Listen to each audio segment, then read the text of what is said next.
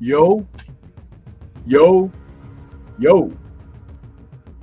What's good? What's good? It's Stormybman, and I am back. Welcoming you to Nerds on Culture with Stormybman for this Monday, October 27th, 2025. This is number 139 in our series of Nerds.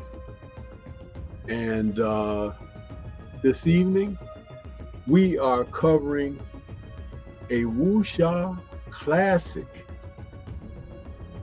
from 2002. This is the classic that is known as Hero, a wuxia film. Wuxia meaning martial arts sword play. This was a film that sort of brought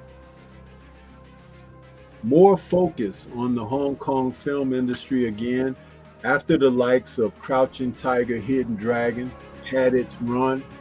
There were a lot of films that were of that ilk that got released into the international market. But Crouching Tiger was quite groundbreaking for its time. And several years later came Hero, a film that was made in mainland China, and it starred Jet Li, the martial arts sensation from the 90s, who had had the luxury of starring in such classics as Once Upon a Time in China, the film series. He was also in films like Fong Sak-yuk, The Last Hero in China, The Tai Chi Master, The Bodyguard from Beijing, and the classic remake of Bruce Lee's Fist of Fury, Fist of Legend. Jet Li had quite a run in the martial art film industry. A slight man of about 5'6", and trained in wuxia, Chinese martial arts, since the age of 6 or 7 years old. In fact, he was part of a traveling troupe that came to the U.S. during the Nixon administration and performed here on U.S. soil as a young boy. And Bruce Lee had recently passed away, and he was interviewed as a small child, and they had asked him, would he like to grow up and be like Bruce Lee, or be the new Bruce Lee, or something of equivalent. And he was very modest as a young boy and said he just wanted to help promote Chinese martial arts to the world. And boy, did he ever do that. The film Hero, again released in 2002, was directed by famous China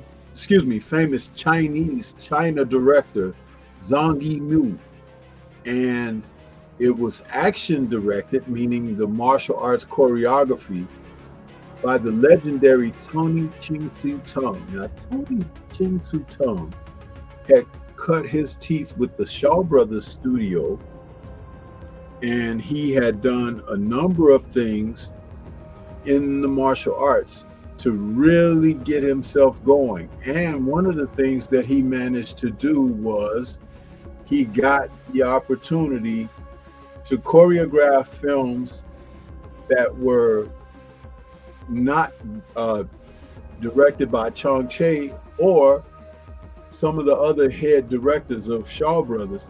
He had a chance to break out into his own as an action choreographer.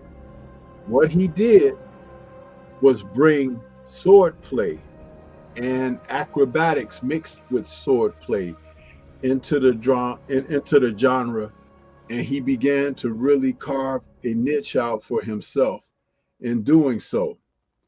This was something that he was able to do very well. And at the same time doing that, he was promoting something that people hadn't really seen a lot of cinematically.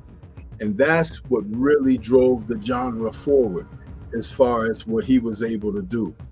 Another thing that Tony Ching Su Tung, excuse me, getting a little tongue-tied there.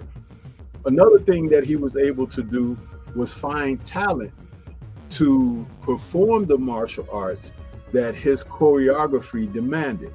So finally, when he had done a host of films, when he got around to doing the action choreography for a film like Hero, what better robust martial stars than the likes of Jet Li, and joining Jet Li in a cinematic production for the second time.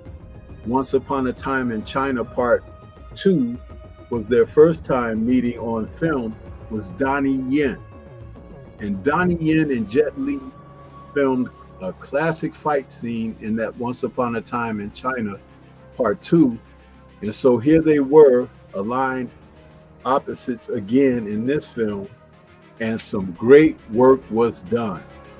That's one of the things at the heart of the film Hero that many cinema goers can reflect upon, what they were able to do in this film. Now, the film has some tremendous actors, co-stars in here, and we'll get to that in just a moment. I want to say welcome to everybody that's out there in the chat. We have my brother Drew Titan is taking a break this evening. He's kind of recovering. He's had some things going on there, so please extend your well wishes toward our brother as he takes some rest, some seriously needed rest. So I'm flying solo this evening, but thought that I would bring one of the classics out to cover, because this film is really worth it. I think this film garnered 7 Hong Kong Film Awards, and it was an outstanding production. Um, a lot of people recall this film being a moving film. And I'll tell you what the plot was in just a moment as we get ready to do a little bit of a roll call to see who we got in the building this evening. We got, let's see here, we got AB out there in the chat. He says, Jet Li was a bad man in his day, loved his movies growing up. Mark Wunderlich is in the building with us saying, touch that like button, hashtag LDBC, hashtag Bomb Squad, hashtag Team Petty. Adrian Viet is back with us saying, salute Sensei, what's good with you? And 225 Boxing Talk in the building saying, all right, the music lit. Peace and blessings, Stormy and chat. Eric Jordan has joined us once again saying, Stormy B-Man, salute Sensei, right back at you. And who else we got out here? T. Berry back with us saying, Stormy B-Man, peace. Drew Titan in chat. Yes, sir. 225 Boxing Talk says, this movie had a little everything. Romance, good connection with his parents, even in the law. Adrian says, salute Sensei in chat. And Jonathan Simon is back with us saying, salute OG. Blessings to you in the chat, and hit the like button. Yes, sir. Let's see here. What else we got? Some of you guys are just commenting and greeting one another. Eric Jordan says, Hero is a phenomenal film. Darrell Anderson in the building saying, salute to the Sensei. Salute to the rest of the kings and queens in the chat. Yes, sir. Excuse me. Yes, sir. Yes, sir. So, as we kick this one off, man, this film is one of my favorites. And what you see on the screen here that I managed to put up is the original theatrical, international theatrical poster for the film.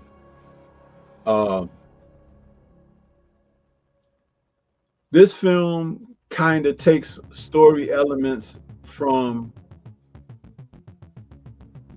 old Japanese Shambara films, but it's a tale of a story, and you get several different versions of the story being told between the character played by Jet Li, who is an assassin by the name, or goes by the name, Nameless, and the Qing Emperor, played by Cheng Dao Man. And great performances by everyone involved, as Nameless is trying to explain his presence in the palace to the emperor.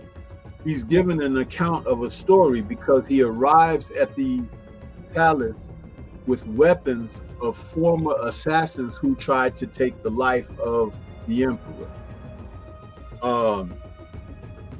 The co-stars in the film, Tony Leung and Maggie Chung, play a couple that once invaded the emperor's palace and had pretty much destroyed his guards to the degree where they could have actually murdered the emperor. And we find out later what happened with that situation. The character played by Donnie Yen is a serious character who also wanted to see the emperor taken down, and his character, I'm trying to get it correct here. was a warrior who killed with a spear. He had a special death blow that he used the spear to take people out with, and his name was Long Sky. Um, Zhang Ziyi, who was famous from Crouching Tiger, Hidden Dragon, she's playing Moon. She's a disciple of Maggie Cheung and Tony Leung. Tony Leung played the character Broken Sword, and Maggie Cheung played Flying Snow.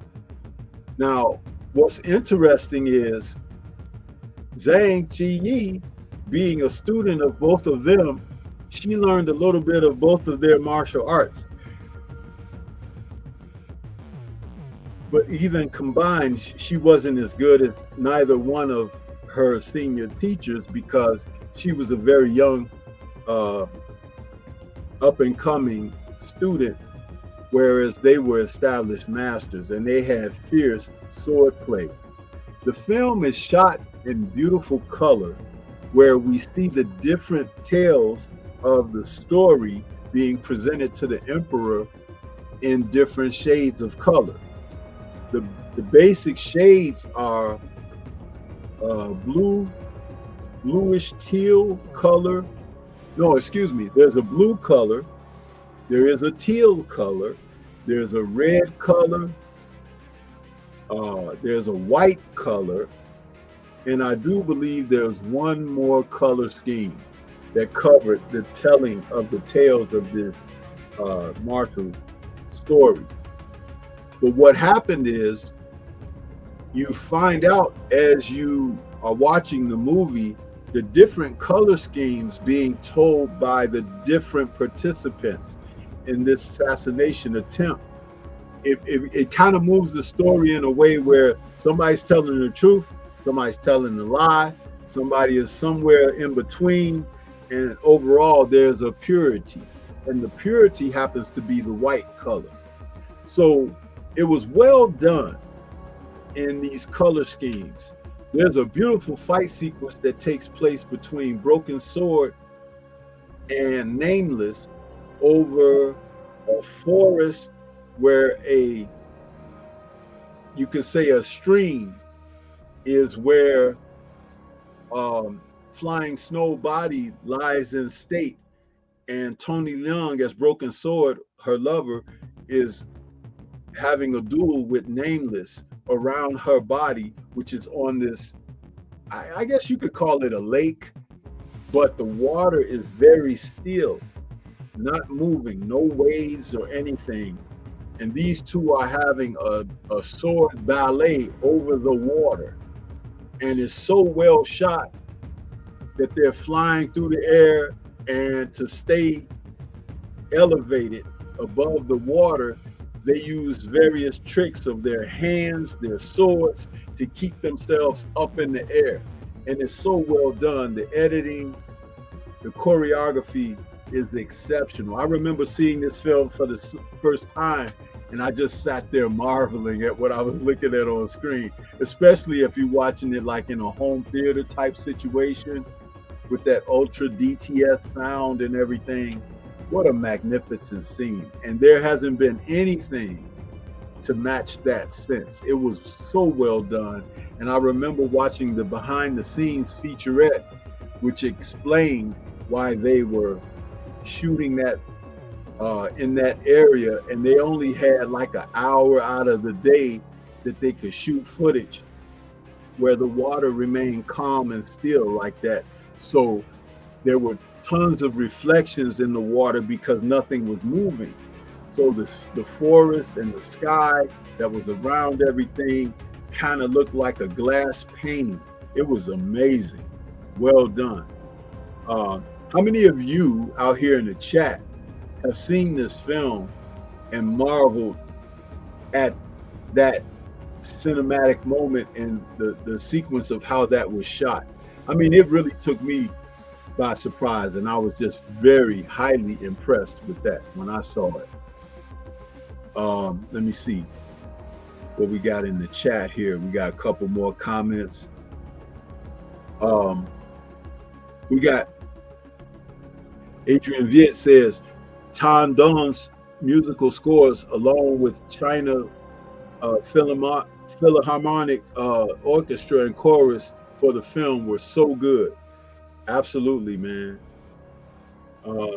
Adrian Viet is repeating a line from the movie How Swift Is Your Sword after witnessing Jet Li's amazing feat of using his sword. That's what they would say. And they would say it in Chinese, but that's how it would come across in the subtitles. How swift is your sword? Amazing film, man. And the guy who played the Emperor, Chen Daoming, he was excellent as well. As he's sitting there and Jet Li is telling him how he conquered these assassins to arrive at the palace, he is being awarded with tails of gold and silver and an opportunity to sit closer to the king or the emperor. And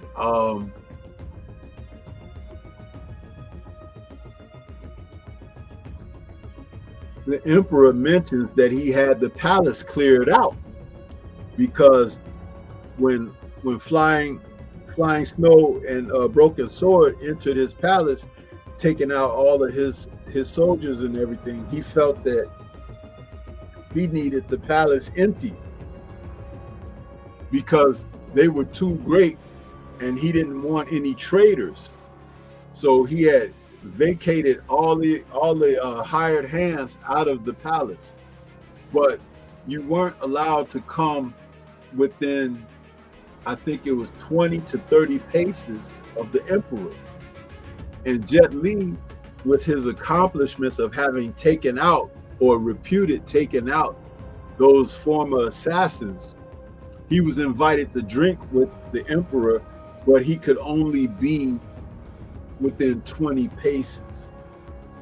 And we later find out that Jet Li's nameless character is a skilled assassin himself, and his special death move is called death within 10 paces. So when he's invited to sit there and drink before the emperor and everything, and he's within 20 paces, and the emperor is starting to feel some strange energy from Jet Li's nameless character as he was telling the tale of how he arrived. Yeah. And so yeah, Adrian, wasn't that something, bro? And so as Jet Li was telling the story, the emperor is looking at these candles that are lit before him, and he could see that the candles, the flames of the candles are blowing toward him, away from Jet Li and toward him, which means that Jet Li's chi, his energy, is pressing toward the emperor. And the emperor is reading this because he's a martial artist himself. In fact, he fought Broken Sword when Sky and Broken Sword had broken into the palace. And so he realized that something wasn't quite right with what the story that Jet Li was telling. And this is where the movie really gets good, because it's like chess being played here between a potential assassin and the emperor, and the emperor has cleared his palace of guards. So there's no one but him and Jet Li, you see? And it's an amazing moment on cinematic wuxia history, man. This is so good. I mean, if you like films that have substance to them and depth, even though this film is subtitled, the dialogue that takes place between the people is outstanding. That's one thing I could say.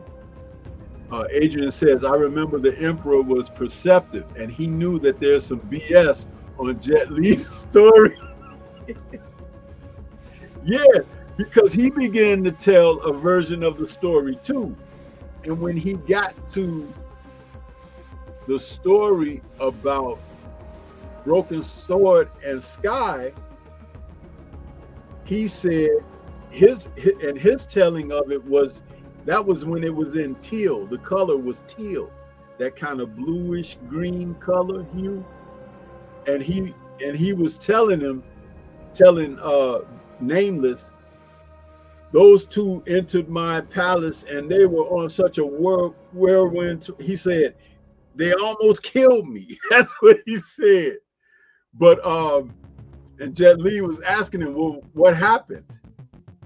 And he didn't really tell him what happened, but he just let Jet mull over that story for a moment. And then they tell you another view of what really transpired with Broken Sword and Flying Snow, where it's in red. And that's the vengeful part right there, where they turned on each other and everything. And it was just kind of crazy, man. And Jet Li had come to them to write a script for him. And when I say script, it's like a scroll that would be a message that he took to the emperor after gathering the weapons of the so-called assassins who attacked the emperor. And he wanted the script to say, all under heaven. And written by someone with expert sword play, such as Broken Sword, who was a calligraphy man as well. So at his school of calligraphy, Jet Li arrives there and it's all in red and everything. And, you know, he tells them, I want to learn how to write the word sword, you know. So Tony Leung, as Broken Sword, is trying to show him how to write the characters to spell out the word sword, because there's many ways in Chinese that you can write that word or the script. And so he said he needed a special way to write it, so he was using this sandbox with a giant brush on how to spell out those letters. You know, it's really cool that this film was shot the way it was, because not only does it show the martial pride of these warriors, but it shows the intricacies of their art and their skill set. Now, though Donnie Yen's character, Long Sky, he was a killer with a spear. And when he fought, he didn't even use the bladed tip of his spear. He kept it covered, and he would just wound and beat guys down. But when he intended to kill, he would take the cover off of the blade. And when he and Jet Li have this wonderful fight scene early in the film, and they show Jet Li defeating him, that's where you begin to learn, oh, Jet Li must be pretty damn good. And it turned out that Jet Li's character, though called Nameless in the film, he was someone that was an official, like a prefect, or what they call a policeman. So he came under the guise of a policeman to arrest Long Sky, who was a reputed assassin. So as he tells the story to the emperor about how he was able to defeat Sky and take his blade from his spear, the emperor was like, you got to be a pretty damn good fighter to have taken Long Sky's blade, you know, because no prefect or lawman could just take him down like that, because he killed or injured or wounded those officers by the dozens. So the emperor was beginning to see through a lot of Jet's or Nameless's storytelling. It was an amazing thing, man. It was so interesting to see this play. And he had made it within 20 paces of the emperor. So as he got to that point, he's trying to figure out, meaning Jet Li, is he on to me? And the Emperor's trying to figure out, have I let another assassin get too close to me? There's some really cool dynamics going on here in this story. But let's get back to the martial arts scene between Jet Li and Donnie Yen. What a battle of sword and spear. I hadn't seen such great choreography of sword and spear since Sammo Hung's The Odd Couple, where he and Lau Chao-leung played martial art masters of the sword and spear, and they met every 10 years to battle up to see who was the best between the two of them. And they were starting to get very old, so they decided that they would find a couple of young students to teach their skill sets to, so that they could carry on the tradition of trying to see who's the best. And the ironic thing about The Odd Couple is, as Sammo played the old man who was good with I think he was good with the sword, and Lau Chao-leung was good with the spear. When they found younger students to teach their arts to, they switched their roles opposite. Like Sammo's young student was Lau Ka-young as a young man, and Lau Ka-young student was Sammo Hung as a young man. So they switched up, which showed both of their prowess with both sword and spear.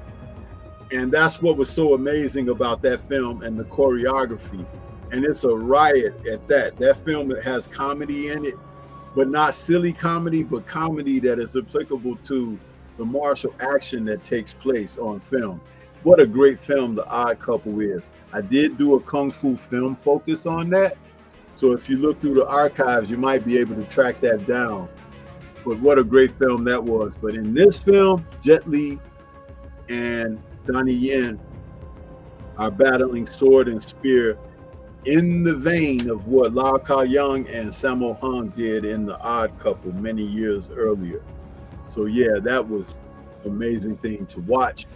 And of course, Jet Li's prefect was able to defeat Donnie Yen's assassin, Long Sky. And he broke his sword off, broke his spear off, broke the tip off, and packed that up to take to the Emperor when he took broken swords and flying snows weapons too. So when the Emperor saw those weapons, he's like, whoa, this guy must be really awesome, being able to, you know, take these former assassins' weapons away from them. Yeah, the fact that the most dangerous out of the assassins was supposed to be Donnie Yen's character. So when the Emperor saw that Jet Li's Nameless showed up with his spear tip, he really began to doubt things. He was like, how is this little dude, you know, defeat the great Sky, you know? And Adrian Viet, you're right. They had a battle against each other in their minds, where they just stood in front of one another and imagined the battle taking place within each one of their minds. Excuse me. That was a great moment in the film.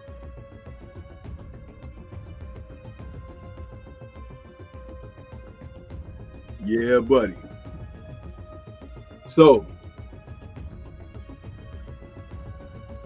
the Emperor is already sensing that Jet Li is sitting up there lying to him, man.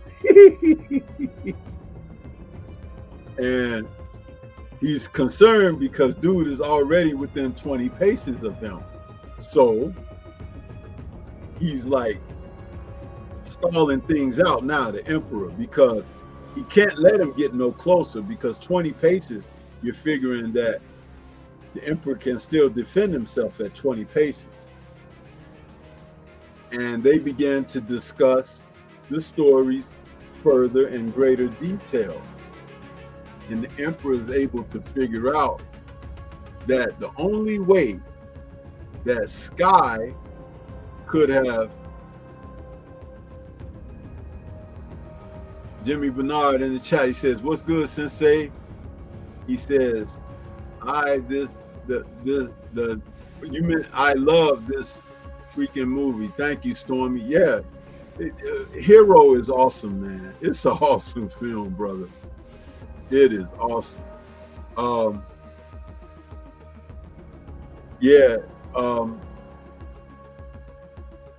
the Emperor is starting to realize Jet Li is lying, but he says the only way for Sky to be Sky to be defeated, he would have to cooperate with somebody, because they couldn't beat him, because he knew his martial arts was superior to all. And so the Emperor is putting this story together that Jet Li is telling him, and he's realizing, like, man, I done let this guy get within 20 paces of me, and he done told me all these lies. Broken Sword and Flying Snow are dead, but here he is. So he must be better than them, but he couldn't be better than Sky.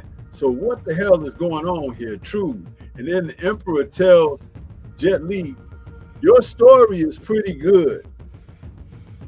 He said, but you underestimate one person. And he says, who? Jet Li says, who? And the Emperor says, me. And then he says, he goes on to tell Jet Li about when Sky and Broken Sword broke into the palace and damn near killed him. Literally, Broken Sword used his sword to scratch the Emperor's neck, where he could have cut his head off, but he scratched him and let him live. And he tells Jet Li this, and he's like, why did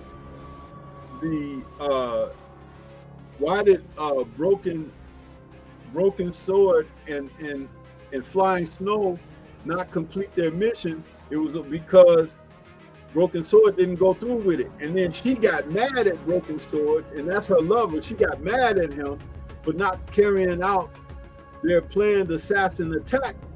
So she got mad at him, and then that's when that other part of their story changed into a blue color, you know, because the blue was represent the love and everything that they were supposed to have, and the positive sense and everything.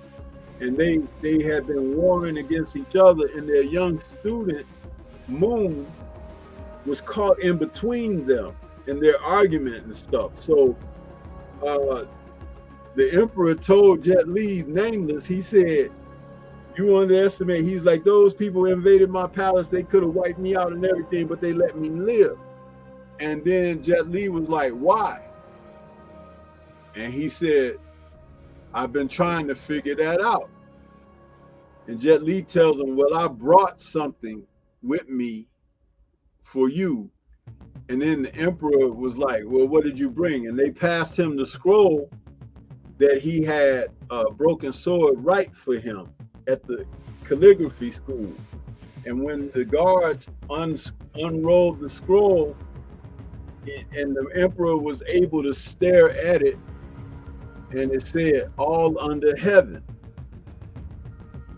And the Emperor realized now why Broken Sword didn't kill him.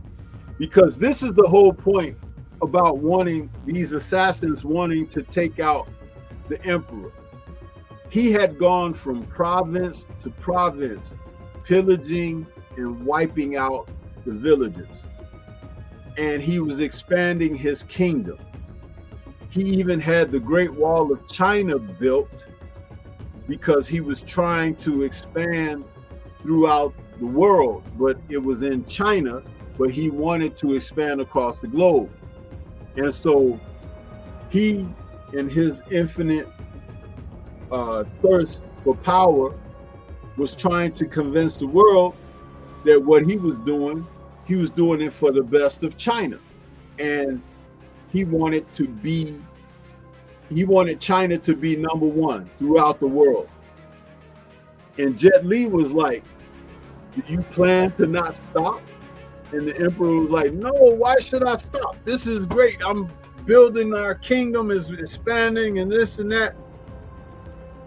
And he was like, but Broken Sword didn't kill you because he felt like he understood what you were doing. But I thought he didn't kill you because he felt like you would stop doing what you were doing.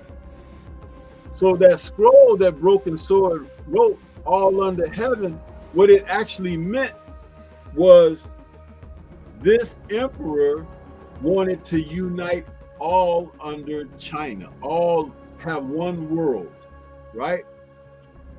Through conquering. And someone with such ambition would be very hard to stop. And so Broken Sword decided to lay his sword down and not try to take down the emperor. Well, Jet Li's Nameless character didn't share that same sentiment. He was a lot like Flying Snow, where Flying Snow got mad at Broken Sword and was like, you fool, you could have killed him. That's why she didn't want to speak to him no more or whatever, even though that was her lover. And Jet Li was now before the emperor, and he was indecisive because he could hear what the emperor's plans were, but he was torn about should he still attack the emperor. He was starting to understand the message that Broken Sword had got through. It was some real interesting dynamics here, man. And what also happened was that was pretty cool. The emperor told them to take all the awards away and the gold and stuff that Jet Li had earned, Nameless, had earned to get to sit before him. And he tells him, he says, I surmise that you are the most treacherous out of all of them because you needed to get within 20 paces of me, whereas some of them couldn't get as close. So I imagine that you're the most dangerous out of all of them, including Long Sky. And so he says, do you intend to kill me? He asked Jet Li's character. And Jet was like, yeah. And he said, and how do you intend to kill me? And you have no sword, you know, because he was stripped of his weapons or anything he couldn't bring into the palace. All he could wear was his robes, you know, and his headband. And he told the emperor, by taking your sword. Man, when he said that, bro, I was like, holy shit, this is like watching a live version of chess. Do you hear what I'm saying? The chess between two people who are so elevated in their martial and psychological prowess that now it's just a duel of the fates. You know what I'm saying? Shout out to Star Wars and the Jedis. But listen, man. Adrian says, the war will continue to rage if Broken Sword proceeded on killing the emperor. The same war that took away Nameless's family. So it was really something when he gave up the chance. Yeah, right? Now, he tells the emperor he plans to kill him by taking his sword. Now, the emperor's like, you got to get close to me to take my sword or whatnot, and you know, you're not even armed or whatever. He was like, what is your special death move? And that's when Nameless told him, death within 10 paces.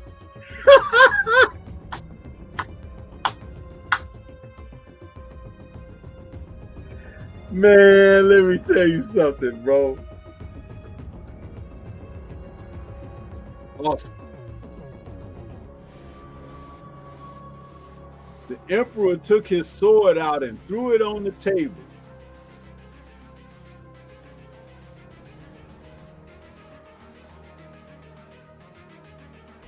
threw it on the table. Like, man, this guy got me dead to rights. Ain't nothing I could do because my soldiers told me how he took out Flying Snow. And Flying Snow took out Broken Sword.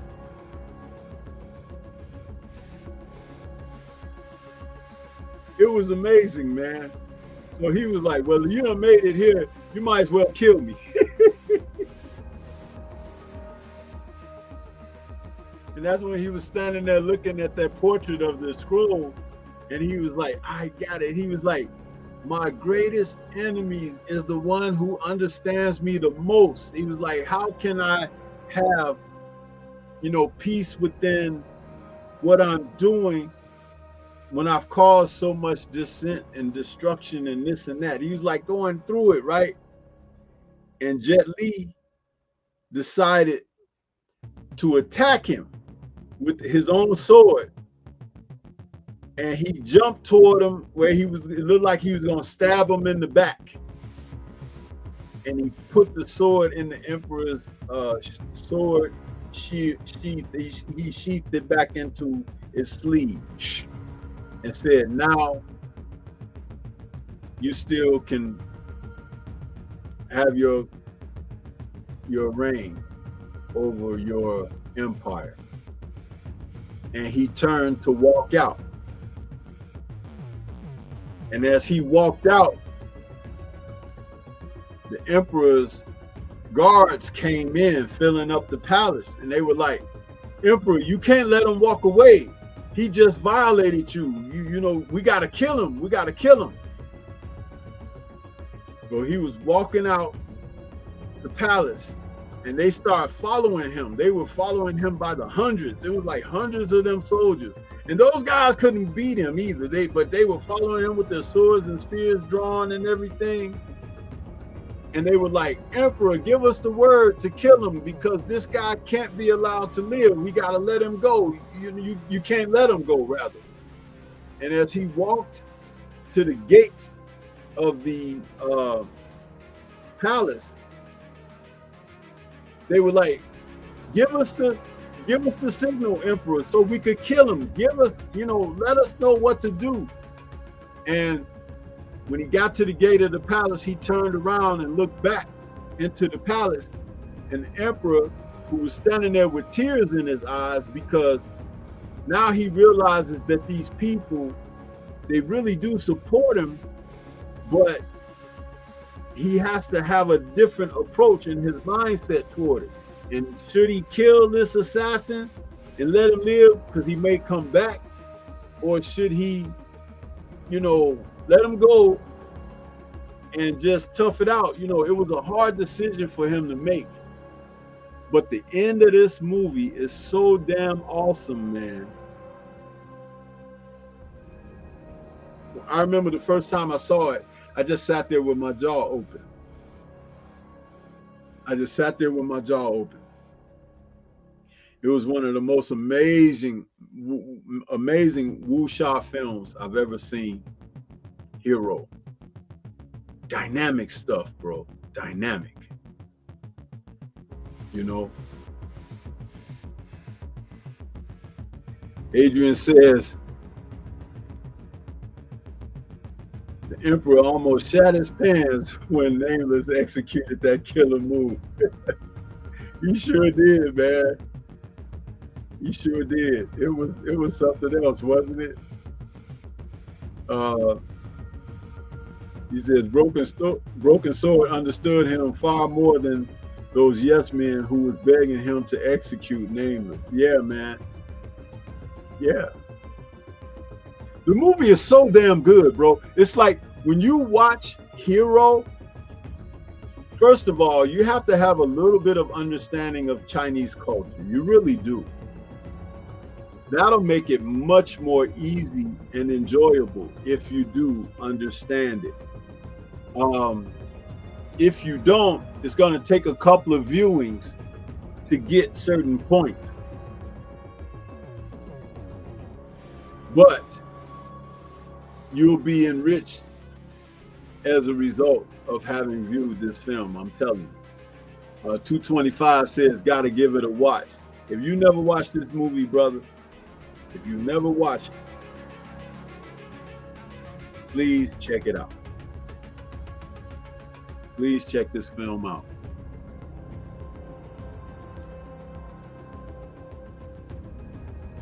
Yeah.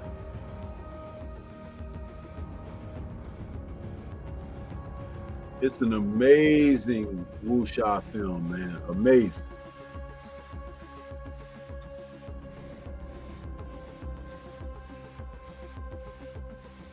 In fact, if you like Crouching Tiger, Hidden Dragon, then you should like this film. Easily the best.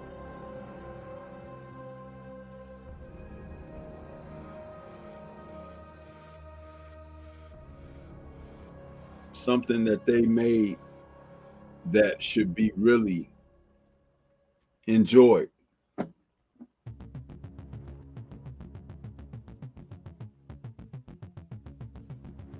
Anybody got any questions about it? I'm not going to give away the entire plot of the film because that will ruin anyone's viewing of it for the first time.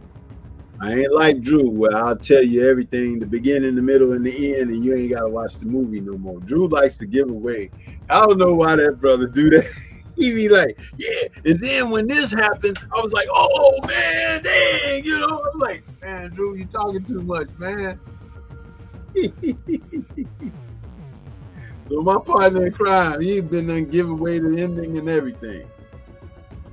But yeah. Enoch Bird says, might be my favorite Kung Fu movie ever. Either this or The Last Dragon. Well, we know about The Last Dragon around these parts. Just a couple weeks ago, we had a discussion about that. And there's somebody who don't really care for The Last Dragon. I ain't naming no names, but just know, them's fighting words when you mention that title of that movie. For some people, yeah, buddy.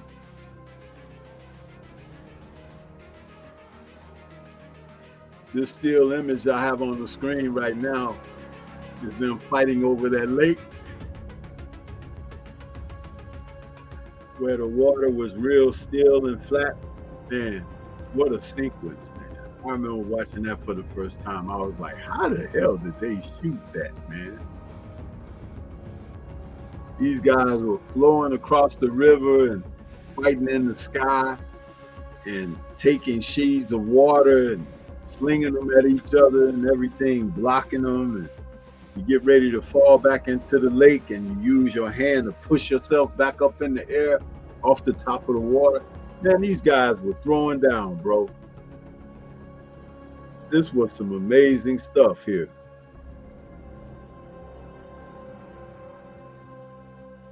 Yeah.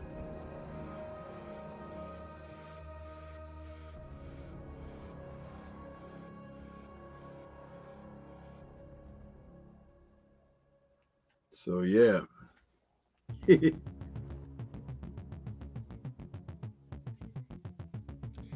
I wish I could show footage, you know, but YouTube be tripping with that kind of stuff. Otherwise, I could really make it, you know, worth the while to enjoy this even more. Some of the still photographs that I was able to capture, you know, great stuff. Great stuff. Maggie Cheung has always been good in Chinese films and Hong Kong films. That lady is a wonderful actress, just an amazing talent. Yeah.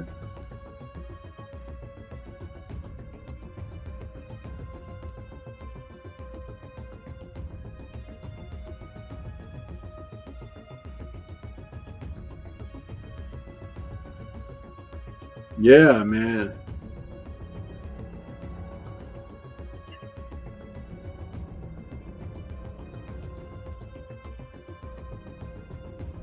Like I said, anybody got any questions for me, I could, you know, answer a few questions. on this film. Man, I'm so tired. I worked the extra shift on Sunday. Man, I'm tired, bro. I'm old. Stormy ain't like he used to be when he was young, man. I'm tired, man.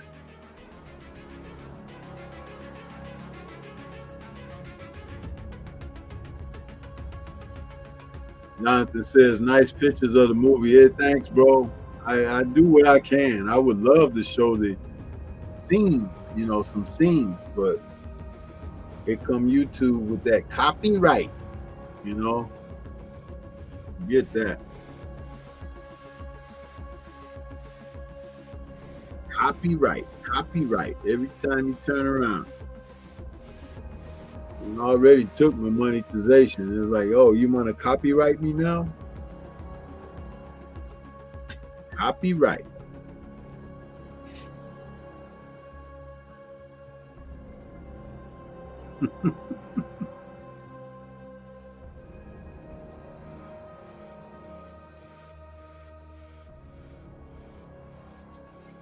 Adrian says it was hard finding a streaming service to watch this. My VHS copy deteriorated so bad. Man, I got this sucker on Blu-ray, bro. My first copy of it was a Region 3 DVD, and I had to buy a all region players to play it because I didn't have an all region player. And when I bought that all region player, which I got for, I think I was paid at the time, I paid like $39 or $40 for it. Man, I watched that movie 100 times. I loved it. It was my first all region film, international region film. But you have to watch some foreign films, man. Not the American versions of them, but the foreign. Yeah, got to. Jonathan says, I feel you, OG. I was trying to catch you live this morning, but I was dozing off at work, getting old as well. Yeah, man, sometimes, listen, them old bones, bro, they be speaking, don't they? Go to sleep.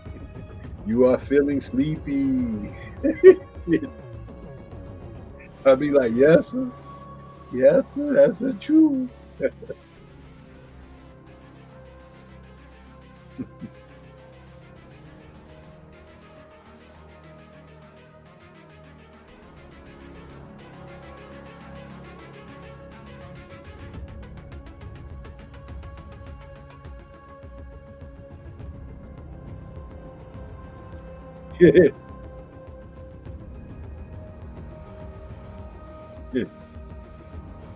T-Berry says, I'm buying this ASAP. Listen, you won't be disappointed, man.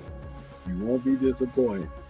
And if you get it with an English version on there, don't even watch the English version. Watch it in Chinese with the subtitles.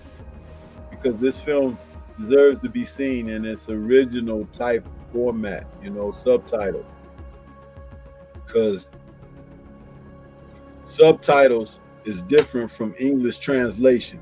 English translation don't always go over very well, but subtitles will get you the gist of what's being said.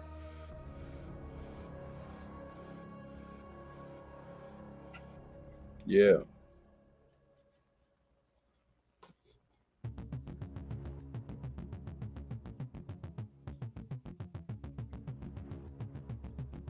But yeah, buddy.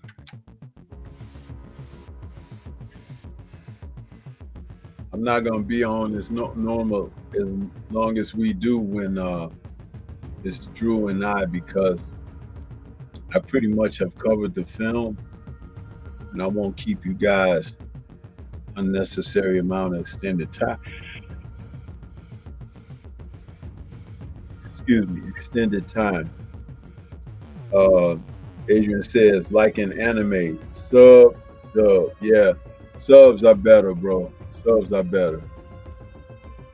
And the more that you watch a subtitled film, the fact it may be slow to you at first. It's like trying to keep up or whatever. But when you do it regularly on a regular basis, you're able to follow the film just well. It's just it's the eye muscle memory.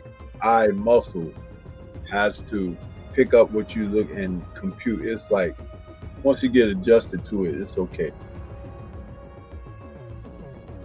Dr. Simon's asking, Stormy, you used to catch these karate movies after 10 o'clock news. I can't remember the name of every Saturday night. Those were the days. We didn't never get them on like that, bro. It was always Super Samurai Saturday or Super Samurai Sunday, where they would come on in the early afternoon, sometimes after 12, 1, 2 o'clock. And that would be when they would be on. They mostly show Shaw Brothers stuff. Every once in a while, you'll see a Bruce Lee movie or something like that, but no, not usually the best stuff. Yeah.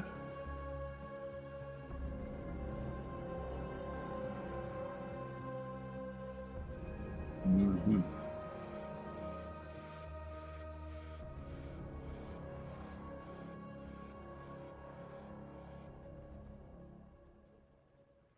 Yeah.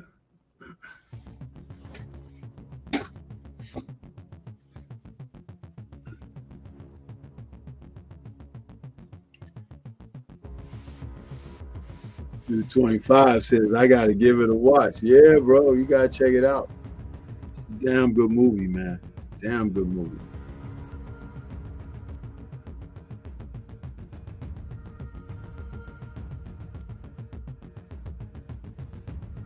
Mm-hmm. But yeah, this is one of my all-time favorites. It's got to be in my top 5 or 6 of martial art films.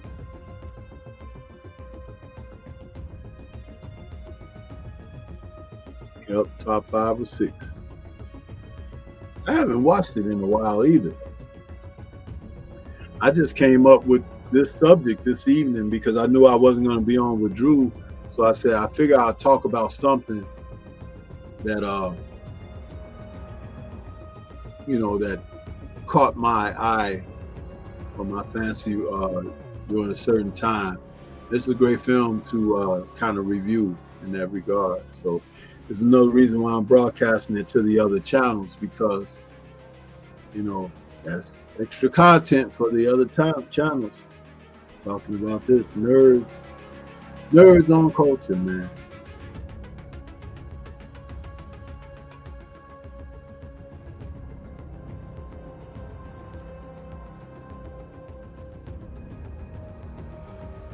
Mm-hmm.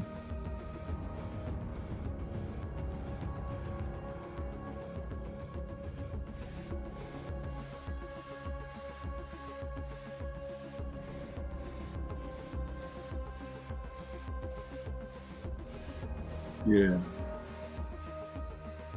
So again, I'll ask anybody got any more questions about the film. I mean, I'll be happy to try to answer some of them. If you do, you know, I'll try to answer. This film was shot on a budget of 31 million and it brought in 177.4 million. Ain't that something? Released October 24th, 2002 in China. It was released December 21st, 2002 in Hong Kong.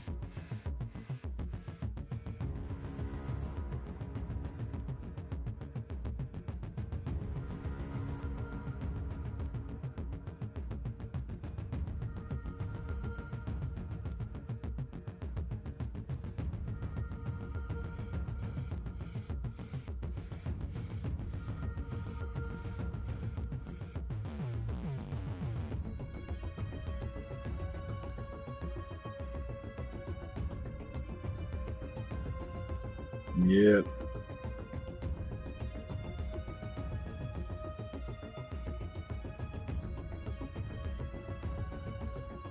But yeah, I'm gonna get ready to get on out of here, people. It's D-Man is sleepy now, bro. I'm getting old. You gotta get that beauty rest, huh? This ain't special effects. This is for real. And it takes time to put it together. You understand? So,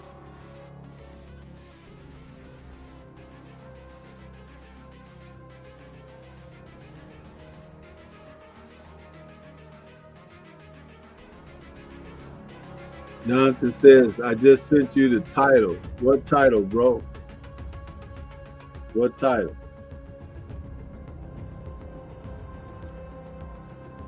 Hold on. Let me see.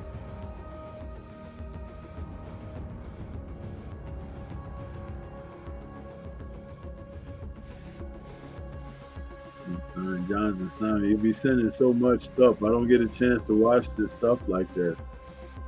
Oh, okay. That's ironic that they have the same image that I use for my Kung Fu Film Focus too, because I didn't even know that. I see it, Jonathan Simon. I see it.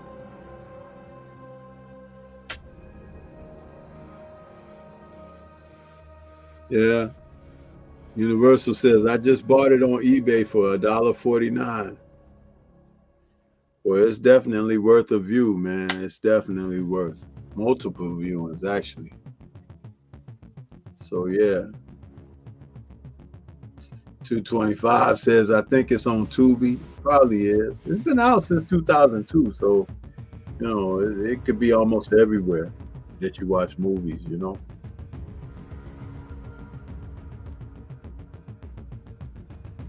So, well, yeah, man, I'm gonna get ready to get on out of here. Man, you guys have been pretty cool. Keep it in there with me.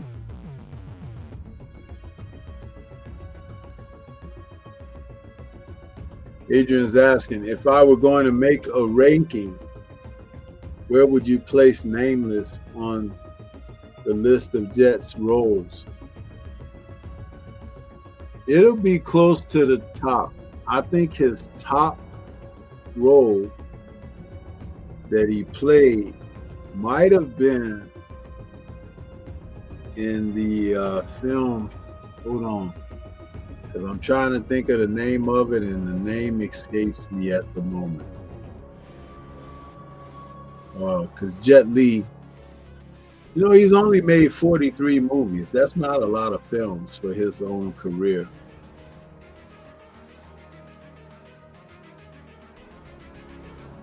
The Warlords might be Jet Li's best performance. The Warlords, which is a remake of Shaw Brothers' Dynasty of Blood, aka the Blood Brothers, aka Chinese Vengeance. Yeah, the Warlords. And he's joined in that film by Andy Lau and Takashi Kaneshiro. Very good film. Very good film. The Warlords. It's basically a tale of he was a abandoned soldier who happened upon a village of people with some bandits, and Andy Lau and Takashi Kaneshiro were blood brothers in the village, and they befriended Jet Li's character, but he was a highly motivated guy, and he fell for one of their wives, and the story gets real ugly from there. But it's not a kung fu movie. It's like an old turn of the century war film where they got armor and swords and stuff. So it's like, with that film right there, The Warlords, man.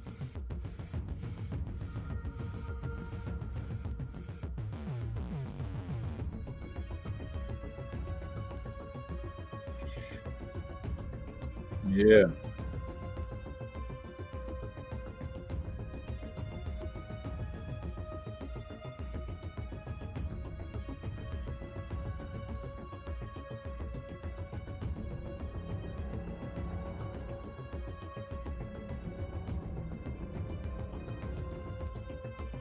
Anyway, so gotta get ready to go, you guys.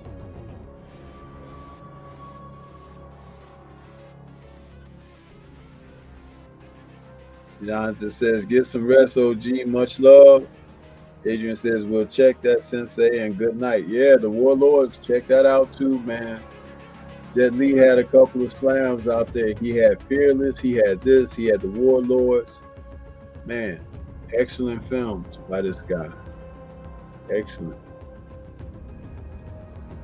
Well, yeah, let me move it on, fellas. I appreciate you guys for supporting me on this evening's Nerds. Got a chance to cover one of my favorites, Jet Li's Hero, an awesome film, huh? But we're going to get on out of here. I want to say shout out to the mighty LDBC, and we will catch you guys on the next one. Peace to everybody. Enjoy the rest of your week, man.